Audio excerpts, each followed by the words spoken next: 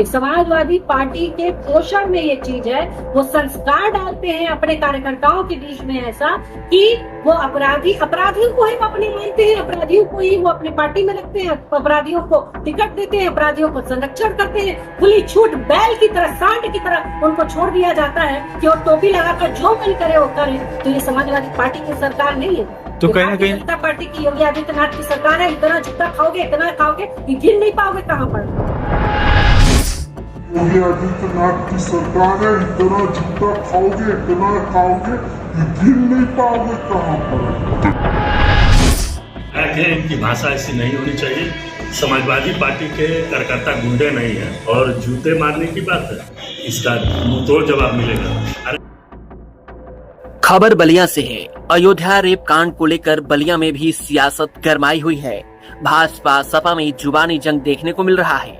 भाजपा विधायक केतकी सिंह ने बीते दिनों कहा था कि इस सपा की सरकार में बस गुंडे भरे हुए हैं, इतना जूता खाएंगे कि गिन नहीं पाएंगे। जिसका जवाब देते हुए समाजवादी पार्टी के नेता एवं चेयरमैन नीरज सिंह गुड्डू ने कहा कि क्षेत्रीय विधायक की भाषा इस तरह का नहीं होना चाहिए। समाजवादी पार्टी के कार्यकर्ता गुंडा नहीं हैं। हर जगह समाजवादी पार्टी के कार्यकर्ताओं को गुंडा कहकर प्रचार करना ये गलत है। आने वाले दिनों में ये जो बयान विधायिका जी ने दिया है, इसका मुंहतोड़ जवाब दिया जाएगा।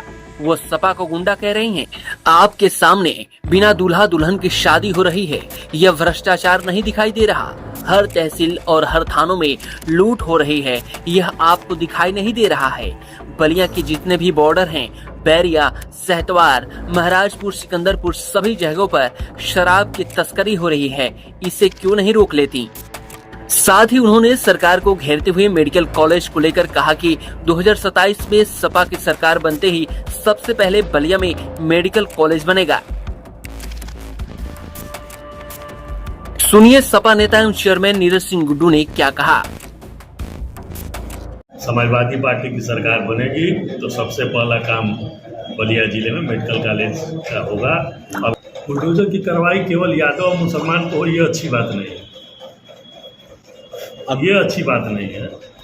अभी लखनऊ में जो हुआ था उसमें भी मुख्यमंत्री जी केवल यादव और मुसलमान का नाम लिए, जबकि उसमें भाजपा का भी कार्यकर्ता है पट्टा लगाए हुए, उस पर कोई नाम नहीं है, कोई कार्रवाई नहीं हुआ। निश्चित तौर पर अगर वो अपराधी है उस पर कार्रवाई होनी चाहिए, कानूनी तौर से कार्रवाई होनी चाहिए। और अगर बुलडोजर चल रहा है तो जात देख के बुलडोजर नहीं चलना चाहिए। जो भी अपराधी है उस पर सब पर चलना चाहिए। जैसा केतकी सिंह ने कहा कि समाजवादी पार्टी के लोगों को जूता से मारना चाहिए, क्या कहना चाहिए? इस तरह की भाषा का प्रयोग होना चाहिए। क्षेत्रीय विधायक हैं, इनकी भाषा ऐसी नहीं होनी चाहिए।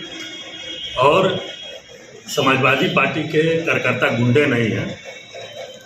समाजवादी पार्टी के कार्यकर्ता गुंडे नहीं है। समाजवादी पार्टी के कार्यकर्ता सामाजिक, और हर जगह समाजवादी पार्टी के गुंडे कह करके प्रचारित करना ये बहुत ही गलत है, ये निंदनीय है। विधायिका को ऐसा नहीं कहना चाहिए।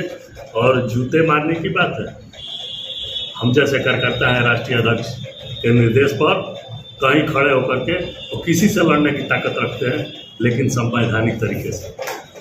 और निश्चित तौर पे उनका आदेश और निर्देश हमारे राष्ट्रीय अध्यक्ष का होगा तो किसी को मुंह तोड़ जवाब दिया जा सकता है। और हम लोग राजनीति अपने कर्म के दम पे और अपने राष्ट्रीय अध्यक्ष जी के दम पे करते हैं।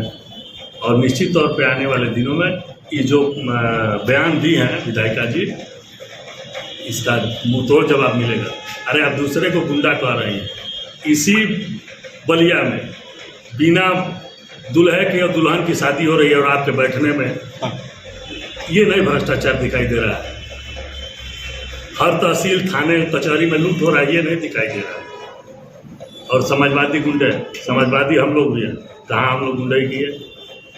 अपराधी कोई भी हो सकता है, वो समाजवादी पार्टी में भी हो सकता है, बसपा में भी हो सकता है, भाजपा में भी हो सकता है।